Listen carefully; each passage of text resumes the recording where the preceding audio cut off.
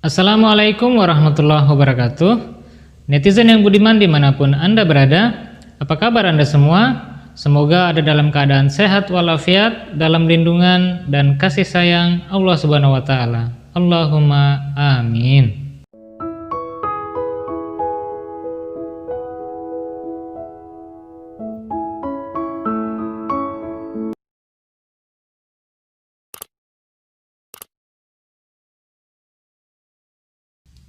Di kesempatan yang berbahagia kali ini, kembali saya akan menyampaikan sebuah kisah yang mengandung hikmah, sebuah kisah inspiratif yang insya Allah akan menggugah keimanan kita semua. Kali ini berjudul Menantu versus Ibu Mertua.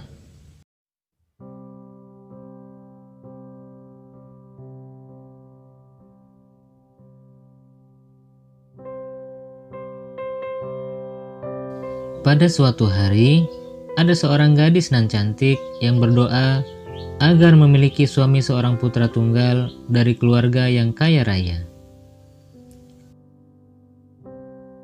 Ia mempunyai harapan sederhana agar dapat hidup bahagia dengan suami yang kaya raya dan dapat menemukan surga dunia di masa muda. Rupanya Allah Ta'ala berkenan mengabulkan doa si gadis tersebut. Ia pun nyatanya benar-benar dinikahi oleh seorang pemuda gagah dan merupakan anak tunggal dari keluarga yang sangat kaya. Namun sayangnya, kehidupan bahagia layaknya surga dunia yang ia dambakan tidaklah terwujud. Ibu mertuanya tidak saja galak dan kasar, tetapi juga selalu curiga terhadap si gadis menantunya itu. Sebagai akibatnya, jadilah kehidupan si menantu layaknya ayam yang kelaparan di tengah lumbung padi. Segala sikapnya selalu saja ada yang disalahkan. Semua tingkah membuat hatinya jadi gelisah.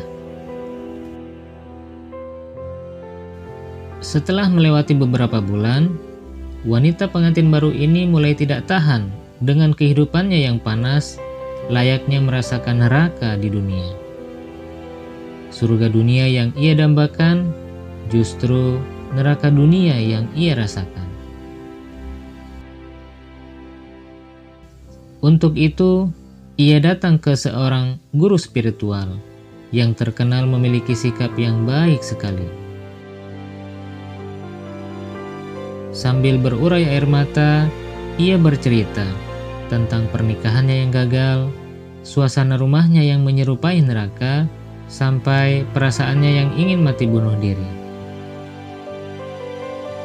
Setelah meluapkan perasaannya dan menceritakan segala keluh kesahnya, ia akhirnya meminta racun yang akan ia tuangkan dalam minuman ibu mertuanya.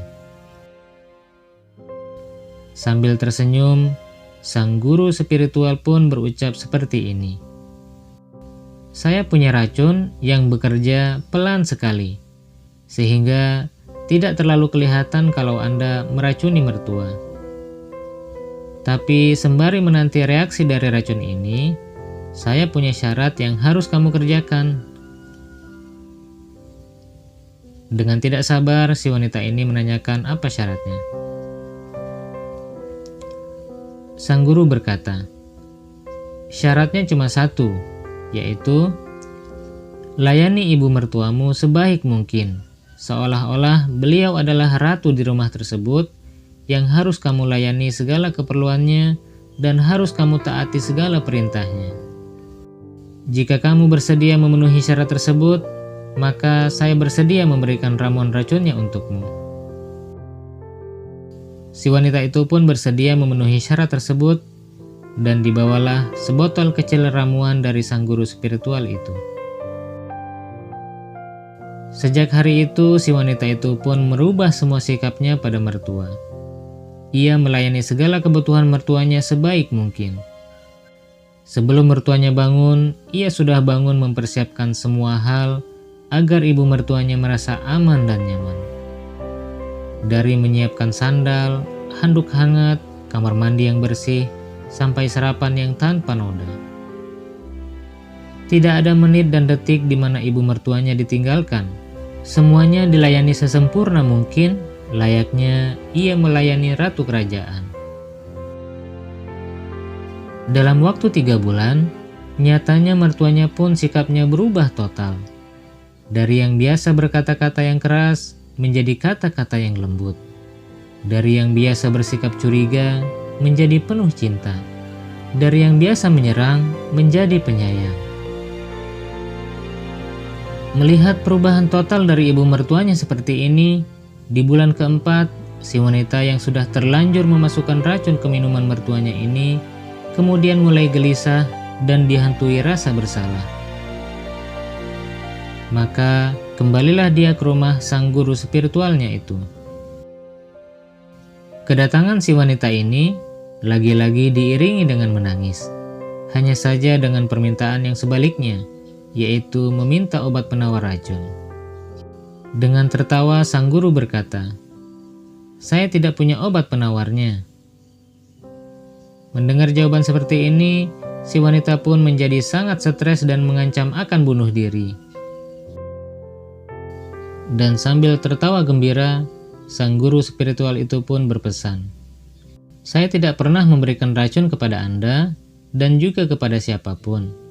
Yang saya berikan 4 bulan yang lalu itu hanyalah ramuan multivitamin yang sengaja saya racik sendiri demi kebaikan ibu mertuamu dan juga demi kebaikan dirimu sendiri." Mendengar hal itu, si wanita itu pun berbinar matanya. Ia sangat bahagia dengan pernyataan dari guru spiritualnya itu. Sebab niatnya untuk meracuni ibu mertuanya tidaklah terjadi. Dan yang lebih membuatnya sangat bahagia adalah surga yang ia dambakan dalam rumah tangganya akhirnya benar-benar terwujud. Ibu mertuanya sekarang sangat sayang dan perhatian padanya, dan ia pun hidup bahagia dan sejahtera bersama suaminya.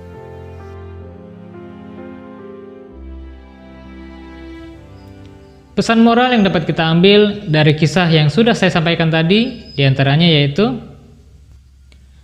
ketika kita berlayar mengarungi lautan, kita tidak akan pernah mampu mengubah arah angin yang berhembus. Tetapi yang dapat kita ubah adalah posisi layar kita, sehingga perahu dapat terus melaju mengarungi lautan. Nah, begitupun halnya dengan kehidupan kita ini. Kita tidak perlu bersusah payah untuk mengubah kepribadian orang. Yang perlu kita ubah adalah fokuskanlah untuk memperbaiki kualitas diri kita masing-masing. Jika setiap kita berusaha untuk memperbaiki kualitas diri kita masing-masing, maka kehidupan yang aman dan damai insya Allah akan tercipta di muka bumi ini. Oleh karenanya, marilah kita fokuskan untuk memperbaiki kualitas diri kita masing-masing sebelum kita memperbaiki kepribadian orang lain. Sekecil apapun cahaya, ia pasti mampu menembus kegelapan. Dan sekecil apapun kasih sayang yang kita berikan, itu pun pasti mampu meluluhkan kebencian. Hidup damai berdampingan dengan kasih sayang tentu saja terasa lebih indah ketimbang hidup dalam kecurigaan dan kebencian. Love for all, hatred for none. Cinta untuk semua, tiada benci bagi siapapun. Demikianlah tadi sebuah kisah yang dapat saya sampaikan. Mudah-mudahan dapat menginspirasi dalam kehidupan kita masing-masing.